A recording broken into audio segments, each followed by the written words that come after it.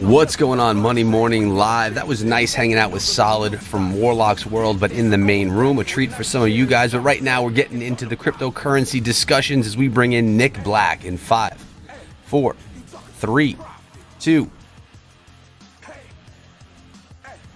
Pewski.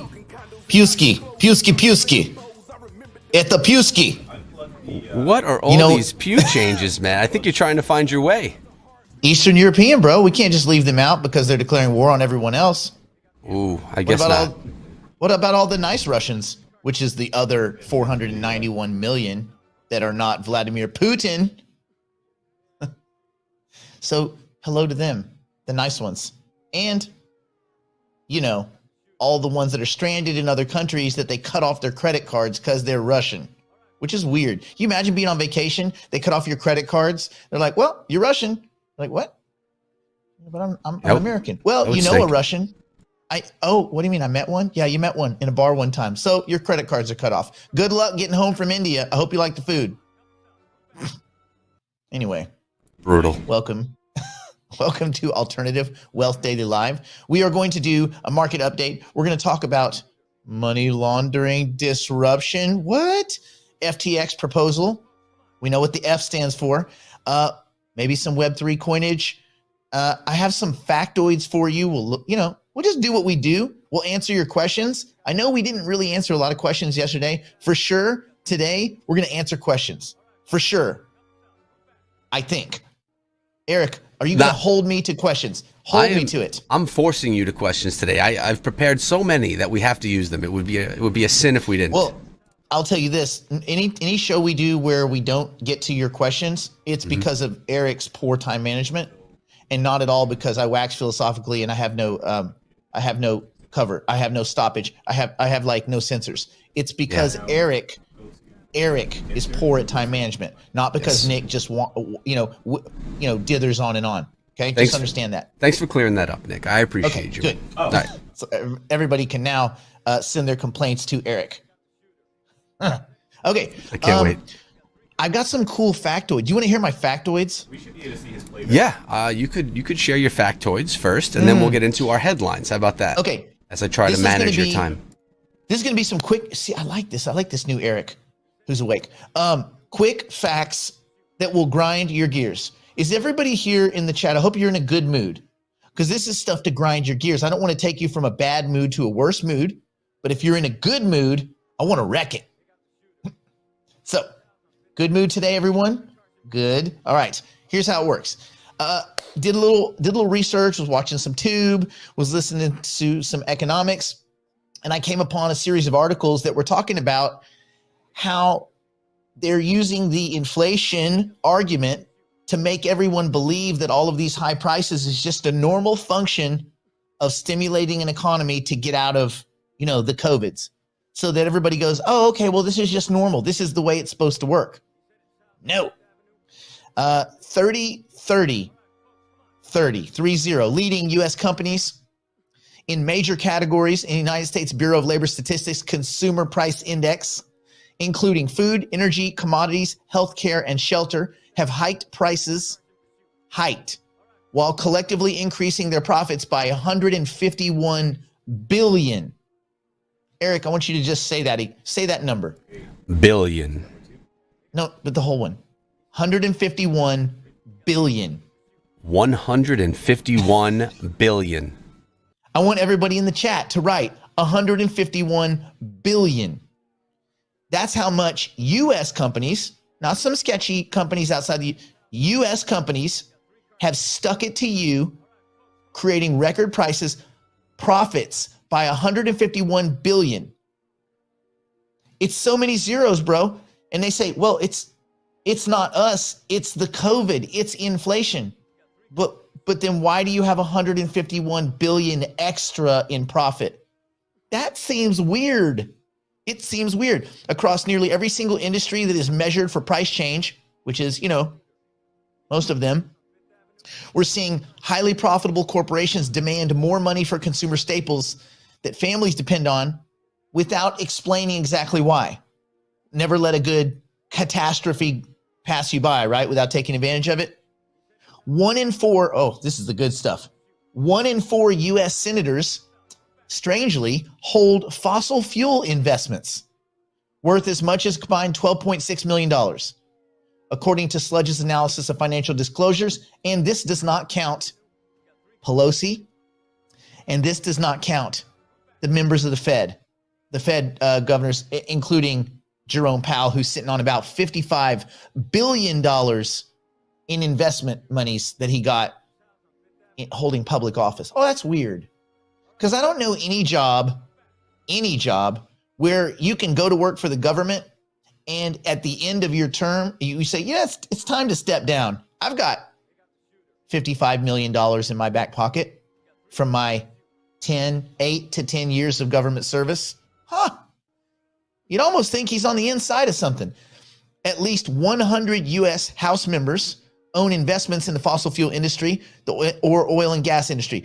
The oil and gas and fossil fuel industry was on track to match the $112.5 million it reportedly spent on lobbying last year.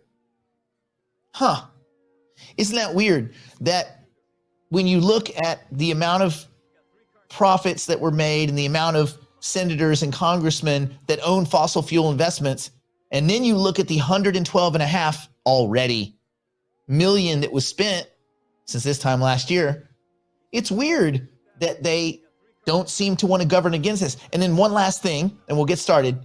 The Biden administration moved to separate corporate profits from CPI, corporate profits from any estimation, any kind of connection, tangentially or otherwise, with inflation. The Biden administration actually put out a memo to separate those talking points and not to bring that up, to basically say that, listen, do not answer questions about corporate profits and inflation. We don't want to muddle the waters. We don't want people getting the wrong idea. But that is the only idea. So good news, everyone. You may have more trouble at the pump. You may having more trouble supporting your family, but 30 U.S. companies are richer than they've ever been. And let's not forget that in the last 2 years, the biggest wealth transfer in human history happened to the top 1% of the world. So, cool, right? So it makes you say, listen, it is just the way it is. You can either get like, grind your gears, or this can motivate you to beat these dudes and to beat them fairly by out investing them. Because you know what they are? Most of them, they're greedy and they're corrupt, but they're not clever. If they were clever, we wouldn't see any of this stuff, but we do, which means we're above them or beneath them or in the weeds. Either way, we can out invest them because they're a bunch of dummies, and their lobby money will dry up. And at a certain point, these old hacks will get invested out. They'll age out, and we will still be investing smartly and winning because of the 5 T's. What an end around that was, Eric. Yeah, you really you brought that together nicely there, Nick. Pulling in your 5 T's. You know what? So what solves all this corruption? The 5 T's. Which is your proprietary blend. Are we going to get into some crypto headlines here? We should. Should we? Do you want to do headlines first or market? I want to do headlines. I'm going to start wearing the pants here, Nick. We're doing headlines. Okay. That's what we're into. Yes. What you say, we do. We do what you say. And your friend here was in the news. It says SEC rejects spot Bitcoin ETF application from ARK 21 shares. The move continues a recent stirring of denials by the SEC of applications for spot Bitcoin ETFs. What does this mean, and what does this do for us, or not do for us? Okay, so the basic, the crux of this, we all know that Cathy Woods is the darling, right? She awesome. She the darling. We love her. So many reasons. The SEC nuked her proposal. Let me see if I can get the exact verbiage. They nuked her proposal for a variety of reasons, but it's a copy and paste response. And you guys are familiar with this same copy and paste response that we dealt with last week, that we dealt with 3 weeks ago, 4 weeks ago, 7 weeks ago. You can go all the way back for the last 5, almost 6 years. The commission, and I'll just read it because it's the same on every one of them. It's a copy and paste response. The commission concludes that this particular fund has not met its burden under the Exchange Act and the Commission's rules of practice to demonstrate that its proposal is consistent with the requirements of Exchange Act section. And you can just remember this because every denial has this on it. Section 6, subsection B, paragraph 5. 6B5. And in particular, the requirement that the rules of a national securities exchange be designed to prevent fraudulent and manipulative acts and practices. That is the wide brush that Gensler and crew paint on every single spot ETF rule change submission. Every single one, all the time. This is it. Designed to prevent fraudulent and manipulative acts. They say, you have not designed this to prevent fraudulent activity, manipulative acts, and practices, and to protect investors and the public interest. Right. So a sketchy cash-settled ETF where nobody involved has to own Bitcoin, that seems a lot safer. Nothing untoward would happen with that incredible financial product. No, making them actually hold the product like other commodity producers, that'd throw everything sketch. Like, what is he worried about? He's worried about with the spot product, all of the new legitimate institutional investment that would come in. Right now, we don't really have institutional or insti investment. You see that in some old, document, instis or hedgies. Hedgies, hedge funds. Hedge funds, scalp, right? Usually when hedge funds are involved, there's a lot of money to be made. Then they exit and the institutions come in and there's less money to be made. But during the transition, you get rich, bro. We want the transition. We want to absorb currency units during the transition, but we can't get that until we get this crappy ETF. And I don't even want this ETF, but I at least want the SEC to be genuine and honest about it and just say we don't want it because the people that put us in office don't want it because they don't want instis. They don't want institutional investors. So it is what it is. Everybody thought this one was going to go through because ARK Investments is Cathy Woods. And they were like, she's a darling. Everybody loves her. Well, not so much everyone. So yeah, so basically she got Will Smith by Gary Gensler. Oh, they're too soon. It's never too soon. No, it's not never too soon. People were telling jokes as it happened. The move comes after multiple rejections and delays from spot Bitcoin ETFs with the SEC. Gary Gensler stating a clear preference for Bitcoin ETFs that trade Bitcoin futures. In early March, the SEC delayed decisions on applications for spot Bitcoin ETFs from Wisdom Tree, One River Asset Management. Prior to that, the commission rejected NYDIG and Global X. They spot Bitcoin ETF proposals as well as proposals from Fidelity, First Trust, Cryptoin, VanEck, and even ProShares that has everybody that has a spot ETF based spot Bitcoin ETF has been rejected, and it's always the same. You can't prevent fraudulent activity, so we don't trust it. And it's just a big gooey mess. They keep moving the goalpost. And I promise you, when this came across the teletype or whatever they use over at Grayscale this morning, I guarantee you they pointed to their desk of lawyers because they probably have like a desk where they make them all come in and sit at a little desk where they're too close together. They're like, it doesn't matter. We're paying you $6.50 an hour. You're going to be uncomfortable. They're like, okay, for $6.50 an hour. All right. So their lawyers are probably warming up. The day they get rejected, they're going to file, my guess, they're going to file suit against the SEC. Like with the rejection, it'll be ba-boom.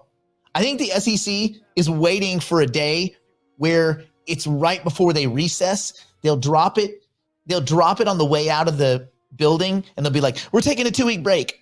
And that's when the lawsuit will drop. And then there'll be some time for people to chop it up. This would be my guess because they know they're getting sued. The SEC is 100% getting sued unless, Eric, do you know what the only unless is? Unless what? No, I don't. The SEC is going through a procedure. They're going through a potential nomenclature, vocabulary, prosaic change to the law, which would change the definitions of what an exchange constitutes and what a dealer constitutes. That's going to happen sometime between October of this year and about spring of 23. In that time period, once that change is made, it changes the nature of kind of a lot of these underlying arguments where it looks like a spot ETF would come about. And it has to do with the name change, specifically of what an exchange is, again, based on old securities law and new securities law and how they kind of intertwine with crypto. So cool, man.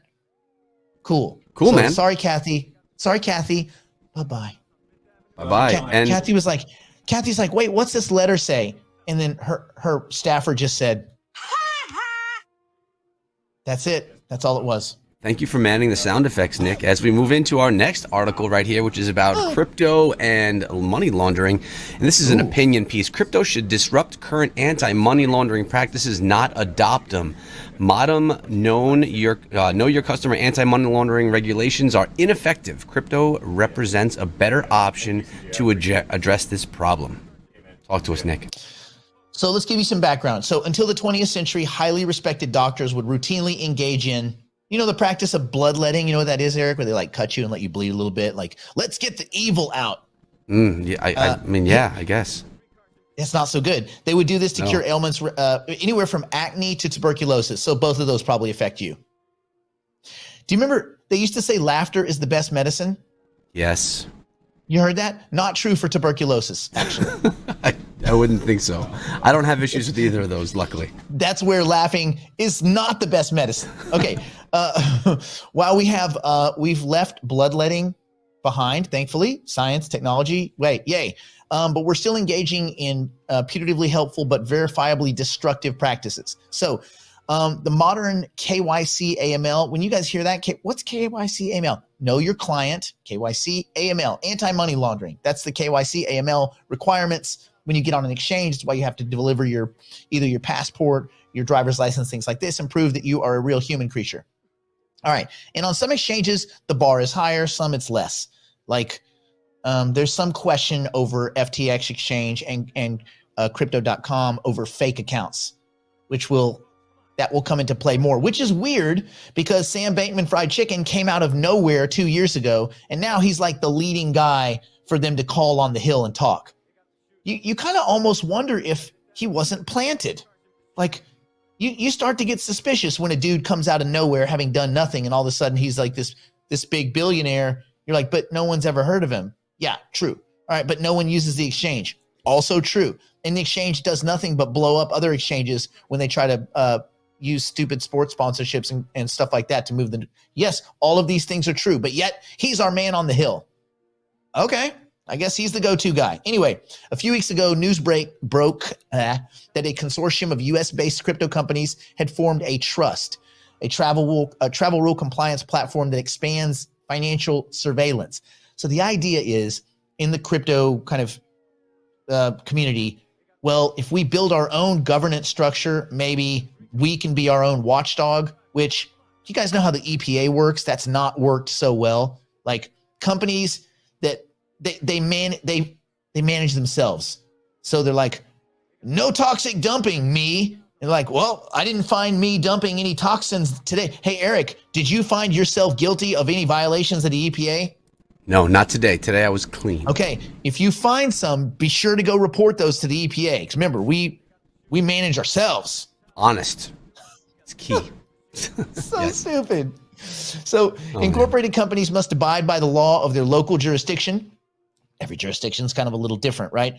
Yet crypto shouldn't blindly follow legacy AML rules, anti-money laundering rules, from the Financial Action Task Force, the Global Money Laundering and Terrorist Funding Oversight Group. It should disrupt them. Okay, now listen, part of this is opinion. I like this. I like the way this article kind of gets into the idea that we should disrupt AML, KYC, and all this. But, we also have to be realistic that governments are still struggling to grasp the whole idea of crypto. They're still kind of wrapping their mind around it. What they're not going to do is go, you know what, you guys creating all this money that's siphoning off the banking system and turning it into just a skeleton and that's rewriting all of finance. You guys just go manage yourselves.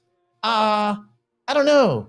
I don't know if that's so realistic. So, it's a little bit pie in the sky, but the idea of money laundering is a relatively recent one, right? In 1970, Richard Nixon passed the euphemistically named Bank Secrecy Act, kind of weird, which required financial institutions to spy on their customers. You guys know this. Keep in mind, oh, by the way, real quick, Brian Armstrong of Coinbase voluntarily offered up everything that Coinbase has, all their data, before being asked by the IRS, the DEA, and the FBI. He offered them. Matter of fact, he tried to sell them the data. Did you know that, Eric? I did not, Nick. It's one of the reasons I'm not a big fan of Brian Armstrong. Cool exchange, but the guy's a total creep. Anyway, so Al Capone and other U.S. mobsters had already been successfully prosecuted for tax evasion 40 years before the Bank Secrecy Act was passed. Since then, the scope of surveillance has grown exponentially. For example, banks in 1970 were required to report transactions in excess of $10,000. Today, the limit remains $10,000, but $10,000 in 1970 is the equivalent of $73,000 today. Interesting.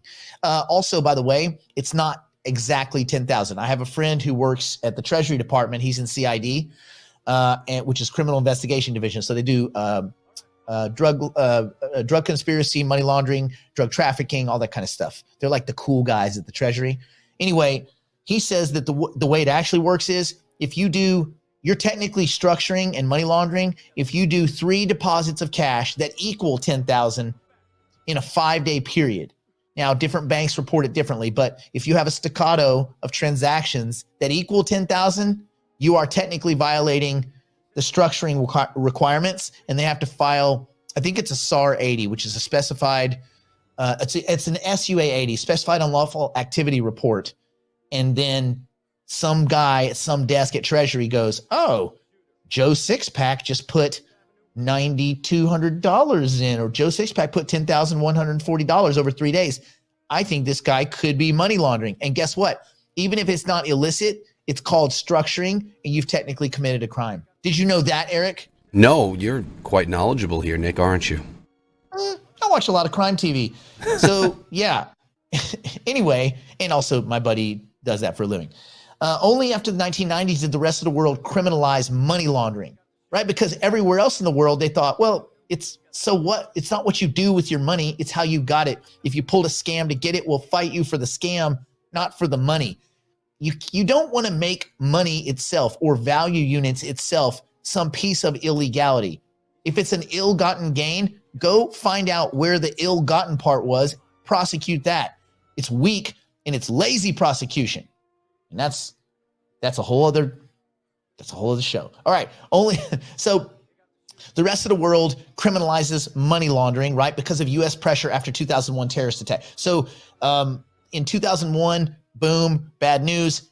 That 9/11 was used to knee-jerk the rest of the world into creating just like this kind of globally recognized money laundering statutes. So what have the results of of this kind of knee-jerk been?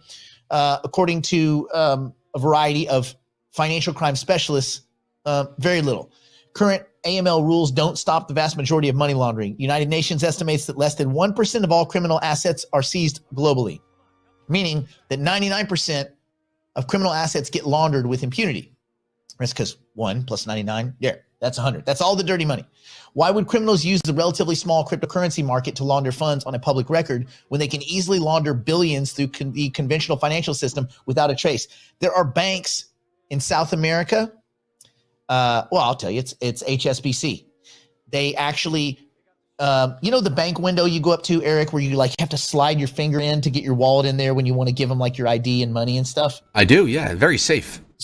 So in South America, they cut them so that they're wide enough that you can fit a suitcase in sideways, so that they can weigh your money.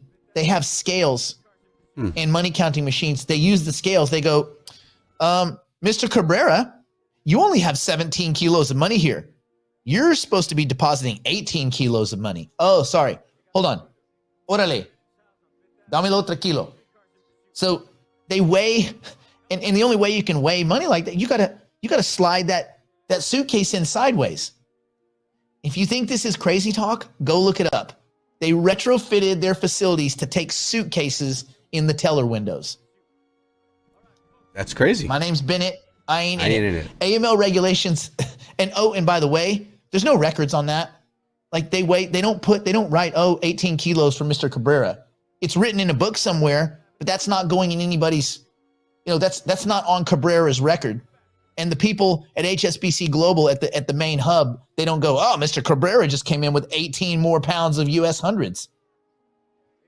Very sketch. Sounds sketchy. Of course, they use that money to lend against. The bank doesn't have any problem doing that. They don't have any problem spinning up fake liquidity, which is dumb because they get free money anyway because they're never going bankrupt because they can't, because they're too big to fail, which is weird too. Anyway, so the whole money laundering thing is pretty weak if you're honest about it. And the people money laundering through crypto are stupid because there's a record, right?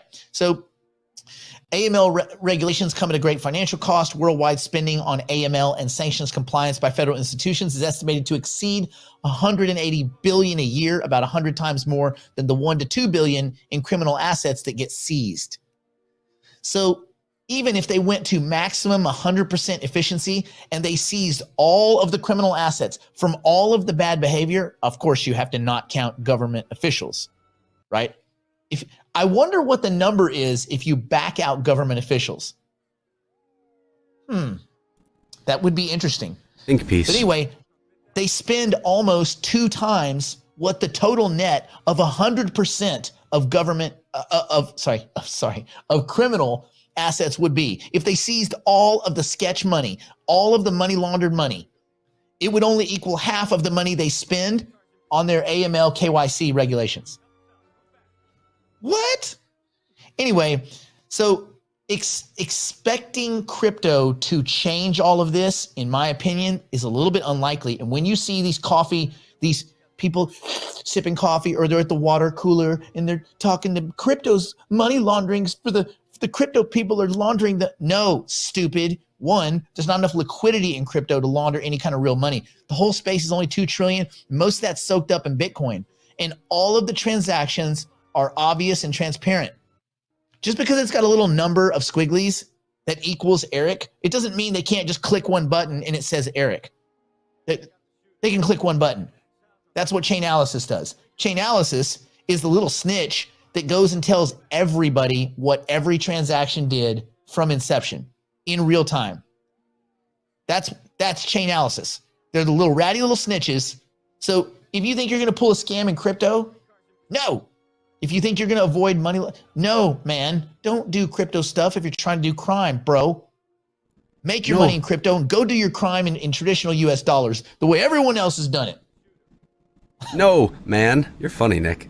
Hey, I got another article for us here. This one is about FTX derivatives. Proposal takes center stage at the congressional hearing with CFTC Chairman Rostin Benham. And this reads, in many respects, this proposal could be a turning point or an inflection point for the market structure.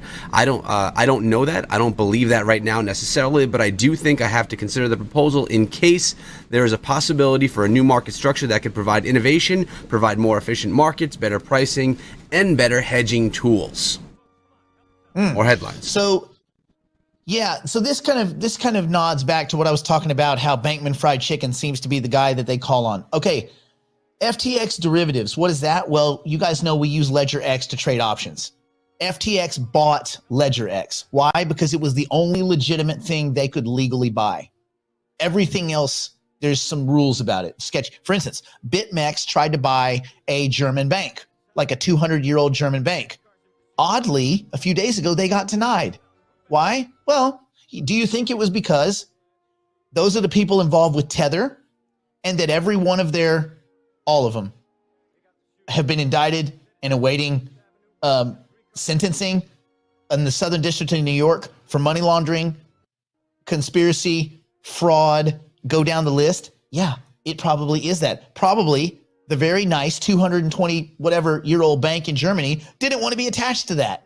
So they had to nix the sale. That was yesterday or the day before. Well, FTX bought, it's the only thing they bought other than stupid sponsorships and naming rights to dumb, like FTX Casino. What? That didn't make any sense. So they bought LedgerX, which is a cool derivatives exchange where you can buy and sell futures against Bitcoin and Ethereum and options against Bitcoin and Ethereum. And I use them all the time, weekly. I was using them this morning. It's a great exchange. It's not super liquid. Well, FTX wants to make a couple of little nuanced changes, and whatever. I mean, at least this has to do with crypto and not sponsorships, right? So this, at least I kind of applaud, because at least it's a step in the right direction for FTX. So a leader of U.S. financial regulation has defended his agency's work with crypto exchange FTX in a congressional hearing, which will apparently be the subject of yet another hearing. So basically, you had a regulator work with the exchange to try to enhance the exchange's offerings. He said, listen, this is what you would do. This is how you would do it. They said, we want to be legit. And again, I all due respect that they deserve for FTX going to the CFTC and saying, let's make this better. How can we make it better? So I'm all for that. Well, now the CFTC guy that was involved, he's on the hot seat. He's in the hot seat because they're like, why are you working with them? They're like, well, we're regulators. We regulate that industry. We should work with people in the industry that we regulate so that they don't break the law, so that we tell them what the rules are. And then other congressmen and senators like, that's not the way we do it. That's not the way. We let them commit the crime, and then we make it a crime, and then we convict them of the crime. That wasn't a crime.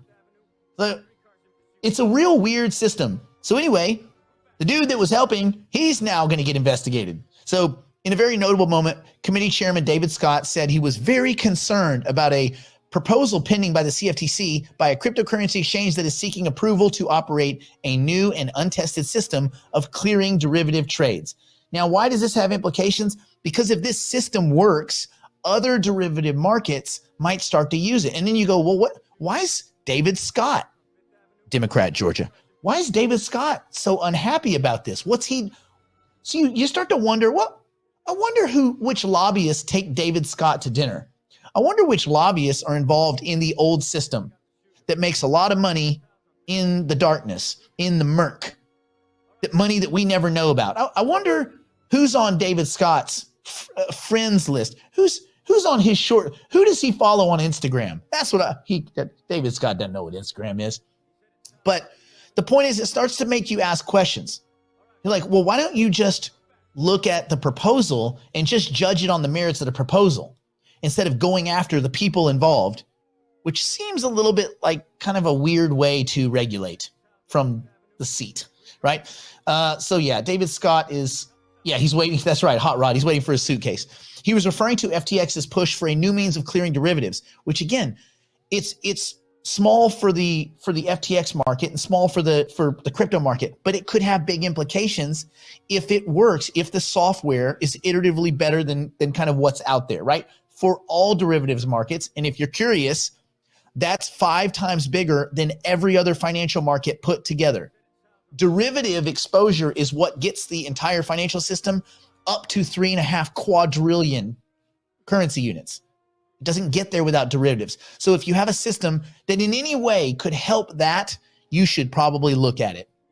Anyway, Scott's quote, I would just assure you and this committee that as we're considering and contemplating the FTX proposal, that we're doing it cautiously, that we're doing it deliberately and patiently. And then this has been he said, despite the novelty as chairman, I feel I have the responsibility to give every stakeholder and every market participant an opportunity to share their views and present their ideas that they have to the market. So they have an open comment, public commentary. So for 3 weeks ago, they opened it for 30 to 90 days where people can, come in and say, hey, look, and this is what I think. This is what I don't think. FTX sucks. Their idea sucks, or it's good. Yeah, it's going to make the world better. So Scott was not convinced at this. He said, this needs far more review and it needs far more oversight. He concluded and announced the committee will hold another hearing on May 17th to focus specifically on the FTX proposal and the people at CFTC that were working with the FTX, and how dare they. Scott also sits on the House Financial Services Committee, which hosted testimony from FTX CEO Sam Bankman-Fried Chicken in December. Fried Chicken is one of the biggest donors to President Biden's 2020 campaign. So I'm sure that's not forgotten. He's become a go-to representative. So, maybe I got it all wrong. Maybe Fried Chicken just bought his way in by donating to Biden. Maybe it's that simple. Could it be that easy? It just might be. Well, we got through our headlines. That was pretty cool. Yes, I'm proud of you, Nick. You got through it in an effective fashion, but we're going to move on to your market update because things are happening in the markets right now, and you're going to take us through them. So Here you go. Wish I would. I like that condescending tone, by the way. 100,000 push-ups for you, Eric. All right. No problem. The Bitcoin last night took a beating. Now, some people were like, it's the inflation numbers. It's the this, that. It's a confluence of things. One, it's Do Kwon, who was he was the marginal buyer in the market of late. Let me talk about something really quick. You guys understand what passive indexation effect is? Do you not? Do you, Eric? Do you know what the passive indexation effect is? No, sir, I don't. Chat, are you with me? Do you know? I'm going to tell you anyway. It doesn't matter if you know. You're going to know again. The passive indexation effect is the idea that market participants sometimes see all these markets and they realize it's impossible to follow all this stuff.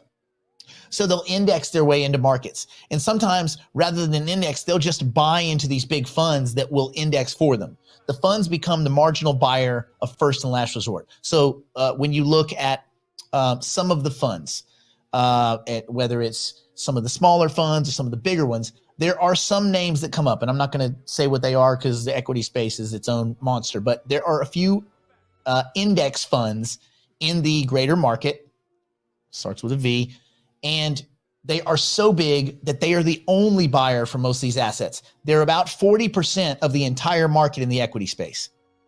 They always buy, always, always, always. Why? Because if you put 20 bucks in, they take that 20 bucks and they distribute it among the balance of their assets. Yes, it's Vanguard. Dr. J, one for you. You just won the internet.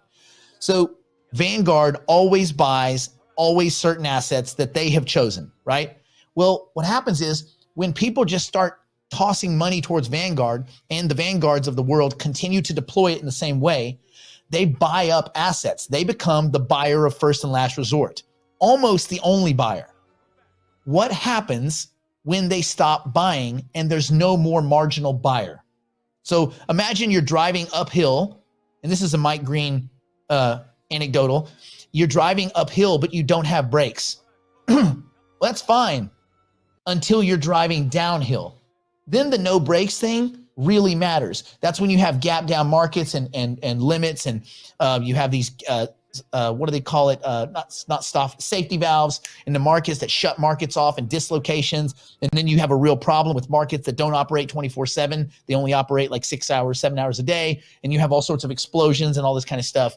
And you've seen no bid markets. You've even seen no bid markets in Treasury. I think the 7-year was there was like a few day period in 2020 where there was no bid in certain tenors of the bond market.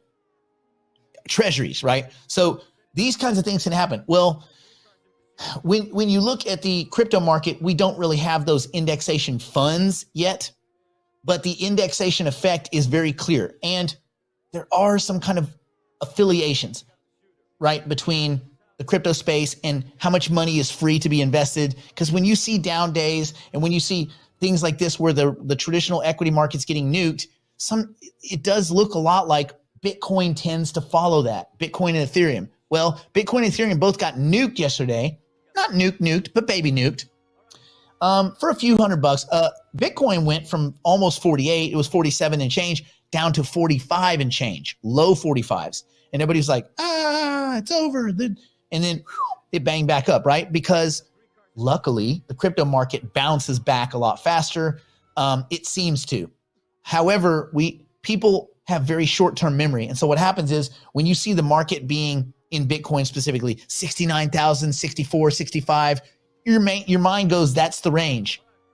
But then when you see the market down here at 45, you go, oh crap, 45. And then what happens is people start selling too quick. If it gets to 50, they're like, oh, I got to get out. You're like, what? 50? 6 months ago, that would be $19,000 lower than the market. So I would just urge you as you're looking at these prices, the 1 days, they don't matter, right? The weeklies don't matter, if other than just to kind of track your own progress as your dollar cost averaging. It's the 90 days and the 1 year is really where you're looking. And if you reduce your emotion to quality assets, you don't really care about the day-to-day vacillations.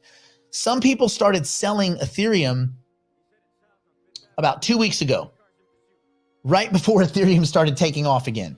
They were like, "That's man, $22,000. Look, yes, man, but the whole NFT space is Ethereum. So don't forget that. until something better comes along. This is what we get.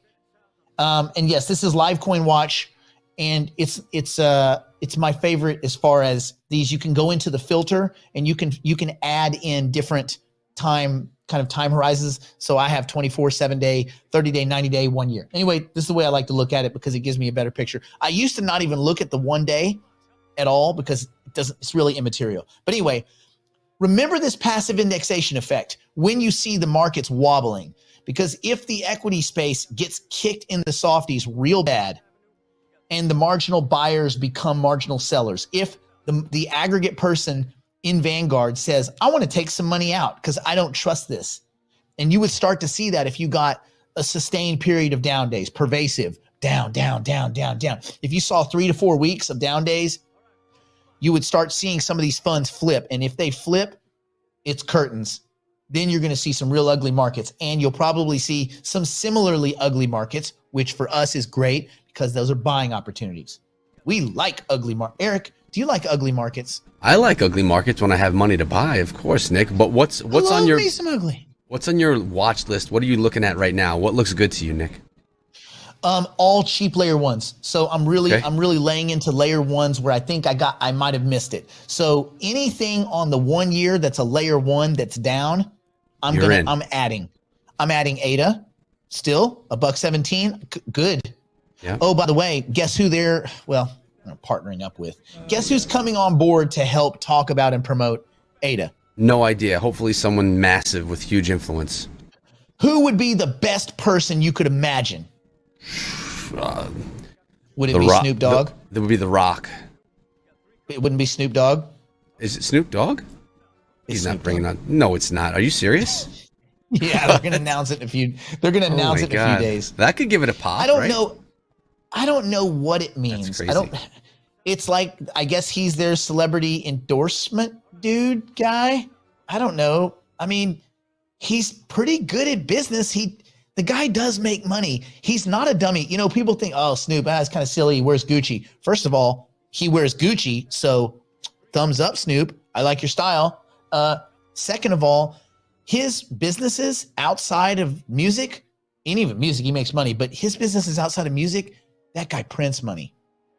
So we'll see. That'll be exciting. If it means anything, but anyway, we'll see. So I imagine there's a short-term Snoop pop coming. Snoop pop, what? Okay.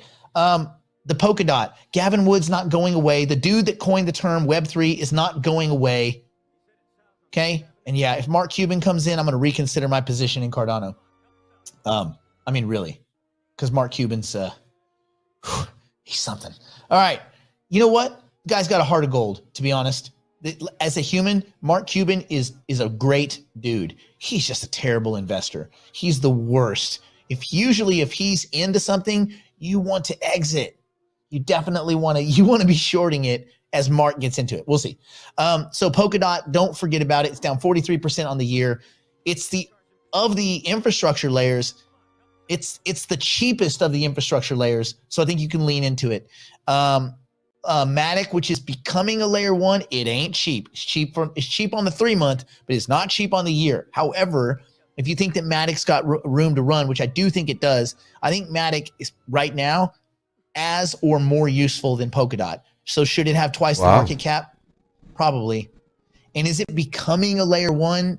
It is becoming a layer one. I had to grapple with this myself for a while, but if you start looking at it, it is becoming its own layer one. So I think we are going to have to shift it from the layer 2 bucket to the layer 1 bucket, but we do have a new asset to add to the layer 2 bucket, SKL.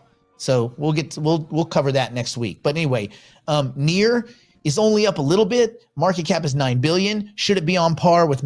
It should be, first of all, ahead of Matic. It's in my opinion much more valuable, but underrated. And I think they're doing a lot more than Dot is too. It's just that Near is kind of tough to get. So Near probably gets a 3x. I think a 2.5 to 3x on their market cap, which doesn't directly mean a 2.5 to 3x on the tokens. There's a lot of kind of squishiness there. It's not quite so simple because remember, these things are traded by emotion, but it would be eventually meted out in the market cap depending on the distribution of the tokens and if those are locked up and what the inflation rate is with the staking and such. But this token probably sees 25 to $40 when we get into a more enthusiastic market. Cosmos, it's up 50% on the year, but that's not much. Look, the market cap is less than 7 billion. Cosmos is unloved because it's a bunch of kind of arrogant, I'll be honest, they're a bunch of arrogant jerks over at Algorand. But you know what they are also? Super smart. Super smart. So bet on smart, bro. Bet on smart. So I'm good there. Axie Infinity, surprised that this thing didn't completely go to dust after Ronin got nuked for $625 million. And then the hackers started taking the stolen Ethereum and putting it on FTX, Crypto.com, and Huobi. Weird that they chose those particular three, bastions of safety. Anyway, so that's kind of interesting. So look at the opportunity. Sorry, Cosmos is up 50. Algorand is still down for the year. So let me rephrase that. Cosmos, good. You haven't missed the boat there. Tinier market cap, Algorand. And they're both in the same boat. Good technology. Although Cosmos, if you dig into the ecosystem, Cosmos is getting deep into DeFi, into decentralized financial products. So I think that's very interesting. And again, I don't know why they were not even included in Grayscale's fund, which is ridiculous. But Grayscale, they're warming up lawyers anyway. Okay, some other opportunities. I think to me, that's the layer one kind of opportunities. As you get to layer two, the big opportunity I think is Harmony One, and we will take a look at Scale. But remember, Scale is a little bit pumpy right now. It's a little bit newsy. I want to let the froth kind of clean off. I would not be buying Scale right now unless you're trying to play the press cycle. They keep releasing little dumb articles and Scale. It's a layer two. Great. There's another 400 of them that mean nothing. Don't jump into Scale because of dumb articles. Do your 5 T's, take your time, look at the asset, look at the team. The team is not very exciting to me. The tech is kind of cool, but I'm not there yet. I can't recommend to people to get it. Harmony One, I can. I think they nail it on all ventures. And again, deep in DeFi, deep in kind of building the uncollateralized lending side, which is what we need. We need something that's more similar to the traditional lending markets and banking. Arweave, you put this in the bucket with Filecoin. Okay, so distributed document storage, information storage, which is an important thing. And it's also the backbone. It looks like it's going to be the data aggregation backbone for things like NewNet. Now, I'm not certain on that, but I think that's what's going on with Arweave and some of these distributed systems where they'll take old compute resources and repurpose their hashing for other uses, and then they'll pay you for that. So Arweave looks like it's going to be the backbone of a lot of those. Filecoin, which is a cool project with cool people, it's just not getting a lot of love. I still think it's gotta get under like $15, $12 range. I think this is it's too rich for my blood, but it is down almost 90% on the year. Full disclosure, I bought this thing in the ICO at $5. I sold a chunk, about a third of mine, at $190. So emotionally, I do still have some. I think I have like 375 Filecoins left, which looks like dust right now, but it didn't look like dust at $200. Looked pretty cool. So sometimes the token for Scale, which I'm not telling anyone to get. Matter of fact, I don't even have it on my chart yet. I'll look it up for you.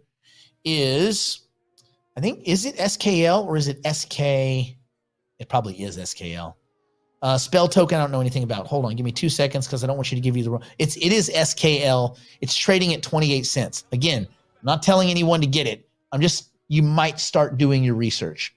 But please don't panic into that because that would be foolhardy. So Arweave on distributed file storage, I think it's worth probably having some exposure to both Filecoin and Arweave, but I would hedge on the side of Arweave. Also, look at the market cap. There's a lot more room to run. So remember, you don't care about the price of the token. You care about the distribution, how many tokens are out there. right? Look at how many tokens and look at the market cap and do your math that way. Don't go, ooh, it's expensive. I can get more of this cheap one. Well, look at Doge and the other dummy coins like Sheep. There's trillions of them. That doesn't make them valuable. It just makes them lots of them. Okay. Render is a similar play to NewNet, although Render is not necessarily with the AI community. Render is very cool, very trendy, super pimp and dope, but and it's got Beeple is involved, which I love Beeple, and it's got Hollywood producers involved, and all these dudes are gonna do all this great stuff. Thing is, they're not quite doing all this great stuff. I think they're making a pivot instead of into distributed resources, because what they were doing is you could offer up compute resources and they would basically take your compute resources, help movies, films, productions render their 3D content and other high density content. And then you would pay them for the content being rendered. They would pay the people with the computers, and everybody was happy, right? Except that it's not really growing that much. It's not, because why? Because we don't trust J.J. Abrams and Beeple to change the world, right? We just don't. If you've ever seen a J.J. Abrams movie, you probably know why. Because he's garbage. So cool, man. I think NewNet is a better render. NewNet has a much wider scope, and the team is much, much smarter. Just so much smarter. So there you go. That's all I really got. What's interesting to me, Looks is having a nice bounce back. I felt pretty good. I did get out my original position. We talked about it the other day. Then we talked about it yesterday. I did get out at 291. It was at 231 yesterday. And I said, well, should I go back in? But no, because you know what? I have zero emotional investment. I got my original position out. I'm feeling good. This token, I hope it does well because I still have a position. But now I don't need it to do well, and I can sleep at night. Eric, did you take any profit on Looks over the last few days? I haven't yet. I've been out of town, but I'm considering it, especially as it flirts around the $3 range. So I may be doing that. I like your idea. I think if anybody gets, this will be our last statement about the markets. If anybody gets any of these positions where you can, if you've got a double or a triple on positions right now, then if they're not core holdings, you need to take the profit off the table. Basically, the way I would do it is, let's say I invested $1 and it's now worth $2. I want to take my $1 back and let the profit do what it's going to do. If I had invested $5 and it's worth, $20, I'm still just going to take my $5 off the table and let that $15 run. No one ever got poor taking a profit. Take profit. Dr. J, you and I just probably were clicking the button at the exact same time. You guys, you gotta take profits, and I take mine partly to Bitcoin and now partly to Ethereum and partly to stablecoin. Now I took my Looks profits, I took Looks profits into Ethereum.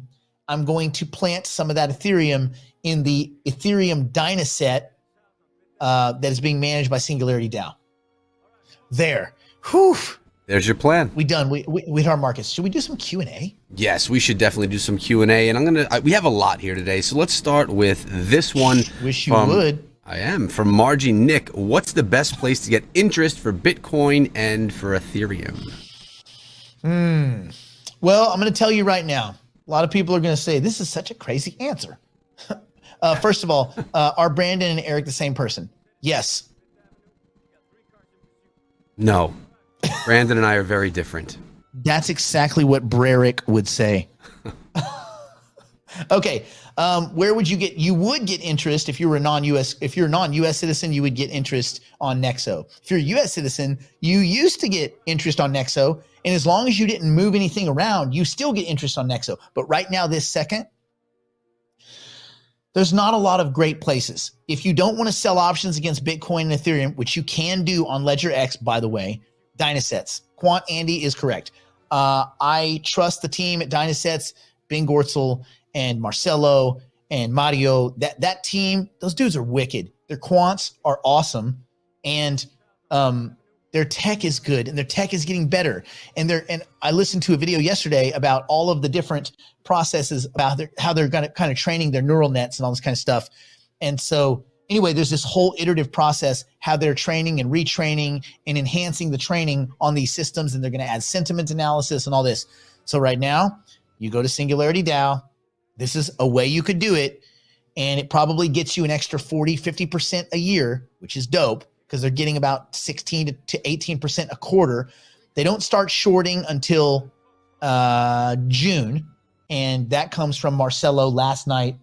We chatted on the phone box and he said they will start shorting in June. But right now it's just it's an in and out fund. So they're only going long or going to stablecoin, but they have a Dynaset that is DYN, DYN, Bitcoin, DYN, Ethereum. That's where I'm putting some of my Ethereum. Thanks, Nick. I hope that helps. It definitely does. Let's move on to the next one here from Michael from Maine. Nick, everything seems to be up over the past few weeks. In your opinion, do you think another small dip or correction will happen again soon? What should we expect?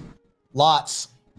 I mean, this is forever in crypto. This is just forever in investing. It's especially forever in crypto because these are illiquid markets. And a lot of times what you're getting is not the actual market action. So think about this. I'm going to make this simple. If there's 21 Bitcoin, Eric, are you with me? Yes.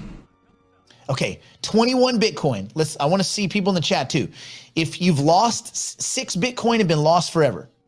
Okay. So that takes us to 15 Bitcoin. If 12 or 13, let's call it 13 of the 15 Bitcoin are out of circulation in institutional hands behind air-gapped cold storage walls. So we had 15, we take 13 away. What are we left with? 2, Nick. We got 2 Bitcoin in circulation. Now, if someone moves 1 Bitcoin, market cap wise, all 21 Bitcoin are affected, or all 19 and change Bitcoin are affected, right? Right. So Dr. J, you're right. So 1, there's no liquidity. Not really. So this is incredibly illiquid. And this is the most liquid asset, and it's illiquid on illiquid exchanges, because think of all the crypto exchanges that trade Bitcoin. So you have an illiquid asset on illiquid exchanges where about 90% of it is off the market. So any little move in Bitcoin, somebody that moves a relatively small amount of Bitcoin creates a massive price spike, up or down. People are in the futures markets leveraged, super leveraged against that.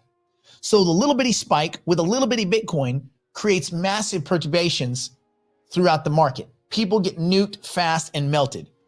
The gamblers. So you'll see these huge moves, but hedge money, cold stored Bitcoin that's in these addresses that hasn't moved, it's still not moving. No one's touching it. So you're getting information that's not quite accurate to the story. You need to understand the story behind it. And some of it's trading bot, but not a lot of it's trading bots. It's people trying to game illiquid markets. That's what they're going to do until the bots outgame the people. And then there'll be the bots versus the bots. So just remember that what you see in these markets is not necessarily what the story is in these markets. People are very positive and they're building, and there's tons of hedgy money coming, tons, and tons of VC money, right? It's not exiting, but in the available liquid on exchange markets that rubes trade in, you see a lot of craziness and you'd be like, so yes, there's going to be market sell-offs, tons of them. They're not going to stop anytime soon, but the greater picture is absorb cold storage and wait for the big run. All right, Eric, let's do one more real quick question and then we'll go. How about this one, Nick? Yes, I'm sorry. I was not prepared for that, but here we go. If you have older coins like Litecoin, Chainlink, should you exchange them for newer coins in the portfolio? Or maybe it depends on the coin. Yeah, it depends on the coin. It's not an old or new. It's just, do you value it and do you think it's an asset that deserves to be in your portfolio? And I don't think any of those two assets, certainly not Litecoin, where the head guy, Charlie Lee, sold all of his tokens as he was telling everyone he's never been more positive. That guy's a piece of garbage. How he's not in jail, I'll never know. No regulation. But anyway, yeah. sell the stuff that you don't like, or at least sell it down to the point where you don't care. And none of those, to me, are quality positions. But again, because of the behavior of the team, they don't pass the team test. Everybody have a great weekend. Stay out of trouble. Stay in school. Don't do drugs. Don't do anything my poor, insolvent, drunk, strung out on meth grandmother or Brerick would do. And as you know, that is so very little. Pewski, Pewski, Pewski, Pewski, Pewski.